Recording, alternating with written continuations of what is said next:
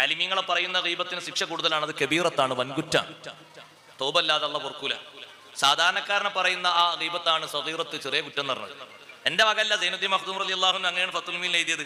എന്റെ കണ്ണ് നോക്കി മൂല്യമാരുടെ സ്ഥാനം മൂല്യർ പറയാൻ എഴുതണ്ട, അങ്ങനെ കിതാബിലുള്ളത് ഞാൻ അങ്ങനെ പറഞ്ഞേ ഉള്ളൂ. മൂല്യമാരെ പറയാൻ നിൽക്കണ്ട, അത് കുറച്ച് ഡിഗ്രി കൂടുതലുള്ളതാണ്, ഉള്ളത് കുറച്ച് നല്ലോണം കൊടുക്കേണ്ടി വരും അവിടെ എത്തുമ്പോൾ. അല്ലെങ്കിൽ തന്നെ എണ്ണി ചുട്ടാൽ ഏതോ ഒന്നോ രണ്ടോ നിസ്കാരം ഉണ്ടാവും, കിട്ടുകയാണെങ്കിൽ കിട്ടുക, ഏതോ ഒന്നോ രണ്ടോ നോമ്പ് ഉണ്ടാവും, ഷർത്തും ഫർളും സുന്നത്തൊക്കെ ഒത്തത്.